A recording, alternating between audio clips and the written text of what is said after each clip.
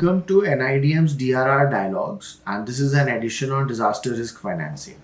So disaster risk financing is a subject which evolves a great deal of interest because a lot of scientists have been involved in disaster risk reduction. Now, when there is science, you need money to support the science so that it goes down to the ground, the communities are benefited, and actual hazards, their risk is reduced. So where does that finance come from? Does it come from the private sector? Does it come from the public sector? This is a problem that all governments all over the world have faced over several years. So for the initial stage, in almost every government, whether developed or developing, they started with a stage where once a disaster used to come, they say, oh God, this is a divine event. As you must have seen in several insurance policies, you have divine intervention as a clause. Now, if divine intervention happens, then, oh God, an earthquake has happened. What can we do? So let us provide funds to rebuild the houses. So all of this was post-disaster risk financing. However, the concept of risk came in over the last few decades. In India, it has become a very evolved concept, and India today on disaster risk financing is one of the global leaders on how disaster risk financing is done and how the government of India has provided for it.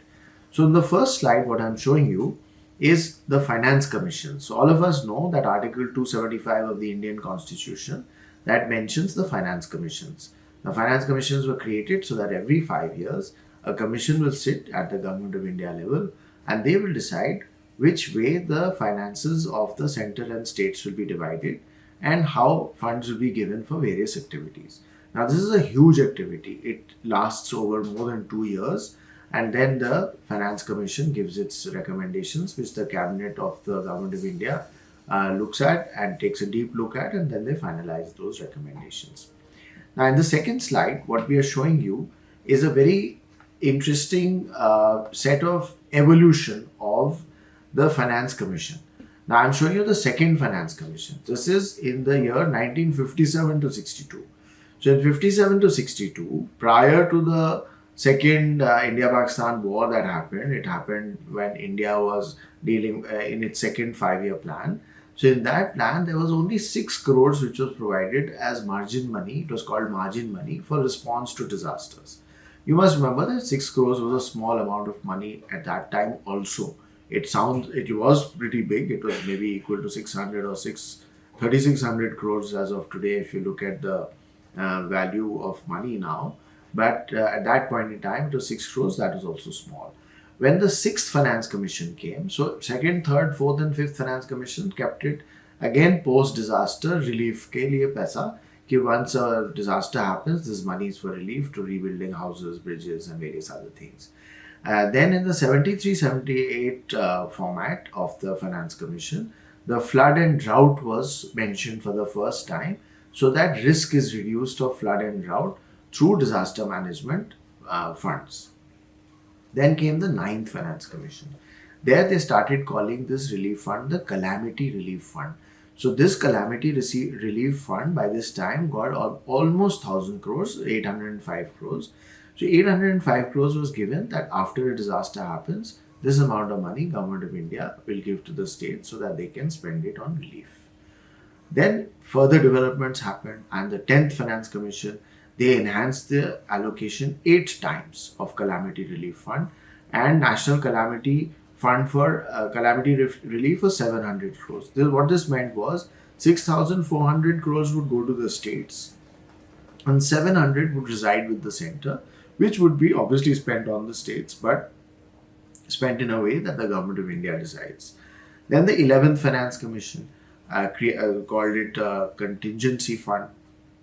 12th Finance Commission came up with a new concept that Government of India would retain 20%, 1:4, and the state SDRF, which means the State Disaster Risk Fund, would get 80% of the funds. So of the whole corpus that was created, 20% would stay with the center and 80% would go with the states. You see how the evolution has been happening over various finance commissions, and this evolution has happened because a body of thought was developed.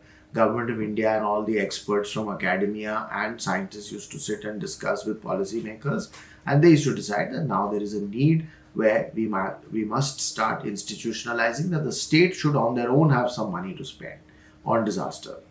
Then came the 13th Finance Commission, which, as you can see from the numbers on the screen, they scaled up the amounts to a much larger number.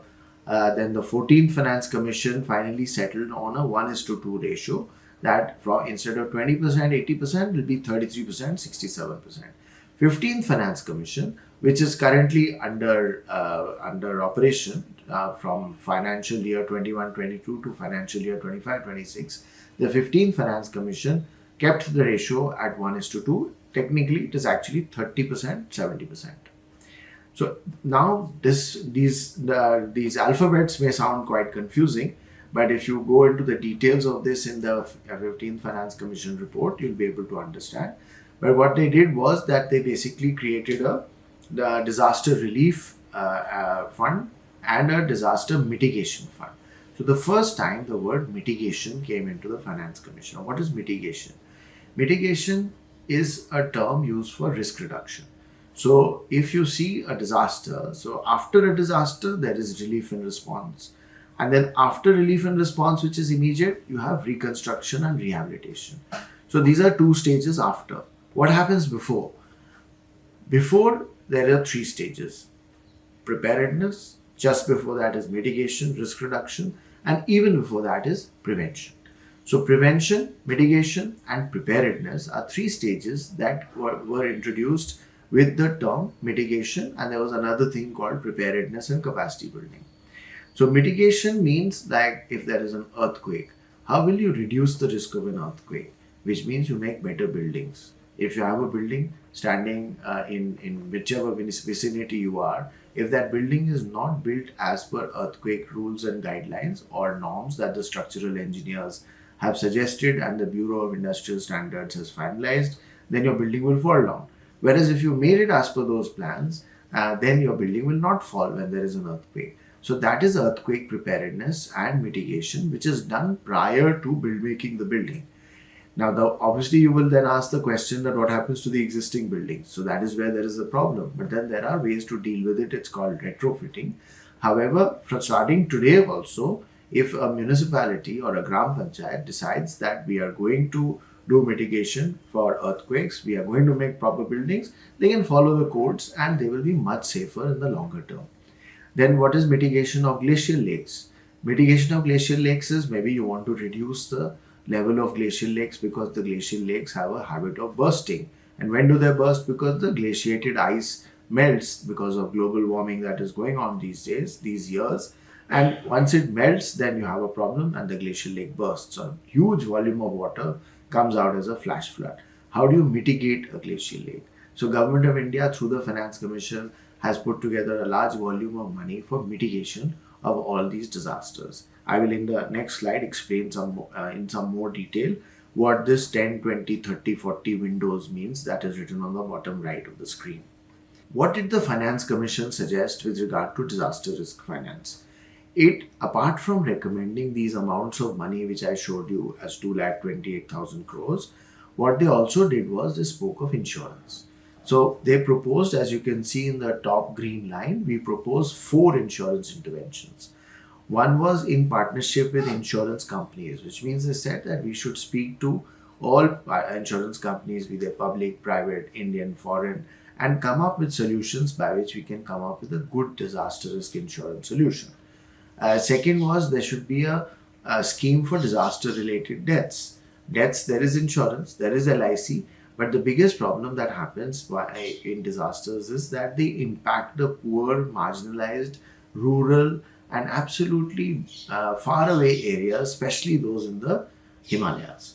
So Himalayas have very remote areas, so it's difficult to reach there, but insurance companies normally do not go there. So how are you going to insure them against deaths, fatalities, injuries, and assets that they have, the small houses that they have, the small bridges that they have? The second is crop insurance. Crop insurance, all the farmers in this country are very well aware of crop insurance. It is a very nice scheme that has been going on for the last about 10 years, since 2016. It was there in a smaller form earlier, but in 2016 it was formalized into a Pradhan Mantri Fasal Bima Yojana, and that scheme has been working fairly well. There are various ups and downs in that scheme, but it is an element of disaster risk financing, as was advised by the finance commissions earlier by Government of India, and it has been sealed and stamped by the 15th Finance Commission as well. Then you have a risk pool, a catastrophe risk pool, which I'll speak of on the last slide, for infrastructure.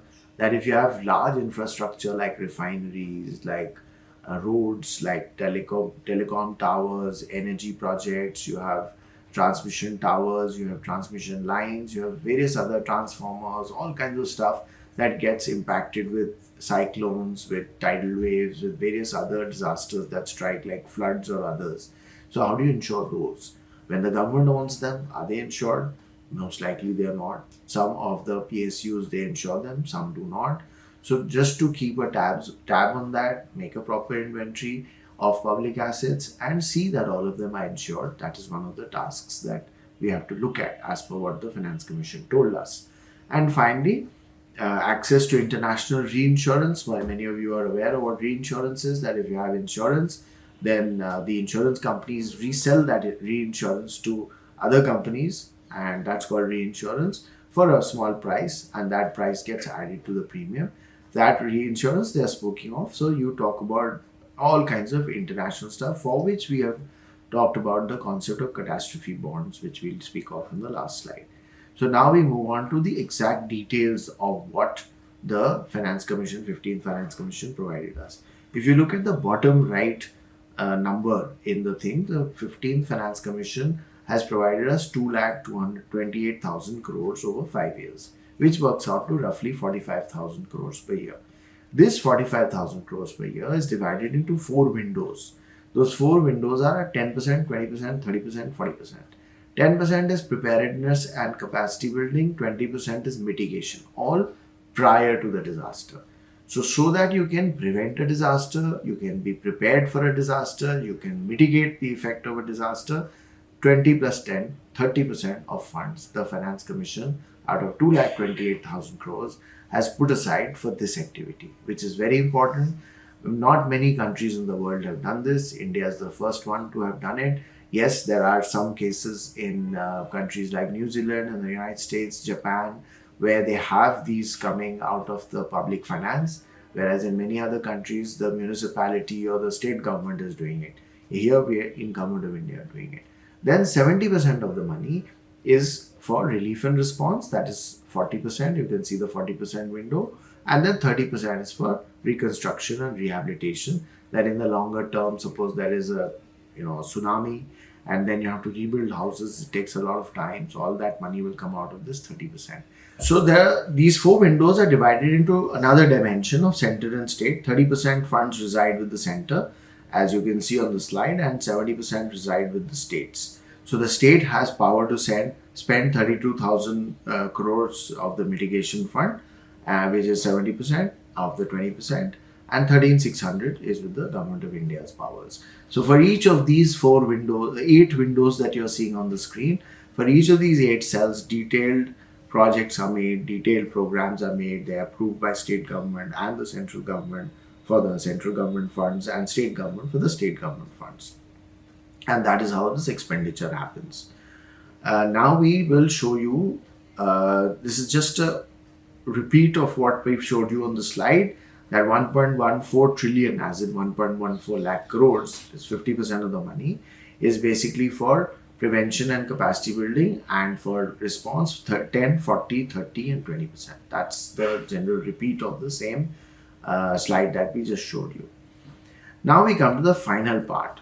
So NDMA has looked at 3 parts of disaster risk insurance, because if you do not have insurance, then the Government of India and the state governments continue to pay money for all the disasters that happen and all the reconstruction that has to be done after that. How long can that continue? So should we not invest in insurance? And now invest is not the right word. Insurance is not an investment. Insurance is a reasonable expense. So from our balance sheets, if we make a small amount of expense every year for premium for insurance, from our personal balance sheet, from our company balance sheet, we will be insuring ourselves in the disaster. Now, one big fact that all of us must be aware about is that property insurance, which all of us know about, these various companies offer us property insurance for our home, only 1% of Indians have bought property insurance. Now, if 1% of Indians have bought property insurance, people in the hills, they do not have property insurance. If their houses get washed away, who will replenish that? Government of India. Who will pay the taxes to give that money? You and I. So at the end of the day, if everybody has property insurance, he is insuring himself, herself, his family, her family against that disaster and not depending on anybody else. So that is one reason why insurance is a very important aspect, which is why we are stressing so much. So the first thing is parametric insurance. Normal insurance is indemnity based, which means the company will verify that has this medical emergency happened with you. They will check with the hospital. They will say, yes, these are the reports. So every rupee they will calculate and say, okay, yeah, you're eligible to get this much as per our rules and as per your policy. However, that is based on verification. Parametric is a very new kind of a thing in which there will be a threshold, which means that today if there's 43 degrees centigrade temperature over this part of Delhi, continues to be for 3 days between these hours in the day, then the people who have insured against heat waves with a certain company, with a policy and paid the premium, they will get 800-900 rupees a day as payout from that premium, from that policy. Now that means that if a worker, a laborer or a person who's a construction worker has been working and he loses 3 days of work because it's very hot and he's unable to work in the heat, or the local government has shut down work for that period in the day, he will lose 3 days of work. So he will get it from insurance. That is parametric insurance, which is automatically generated based on a threshold being crossed of a certain data point like temperature or rain.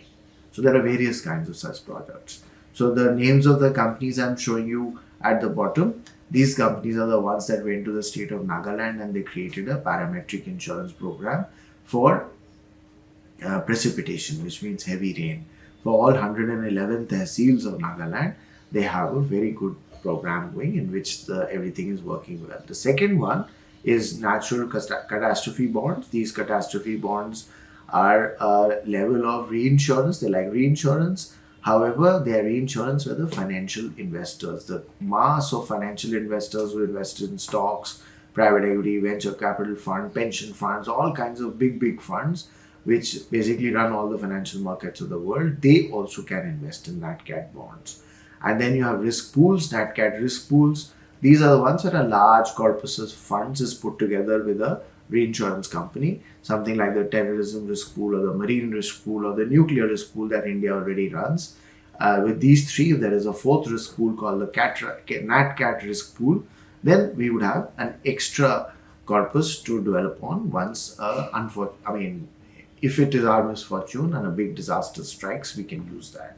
So in a nutshell now, disaster risk financing in India came through the various finance commissions, and the last 15th finance commission has given us a very nice 10, 20, 30, 40 window distribution, that these are the 4 windows on which you can spend, and cut it into 2 slices, 30% and 70% for the center and the states, and very clearly given us 8 boxes in which we can work. And then a very important part is disaster risk insurance. That is disaster risk finance. India is very strong on this subject, and all of you are recommended to read the 8th chapter of the 15th Finance Commission report. And there are several articles on the subject, but please start with the Bible. The Bible is basically the 8th chapter of the 15th Finance Commission report. So thank you from NIDM. Hope to be with you again on any other subject that we eventually will choose to speak with you. Thank you so much.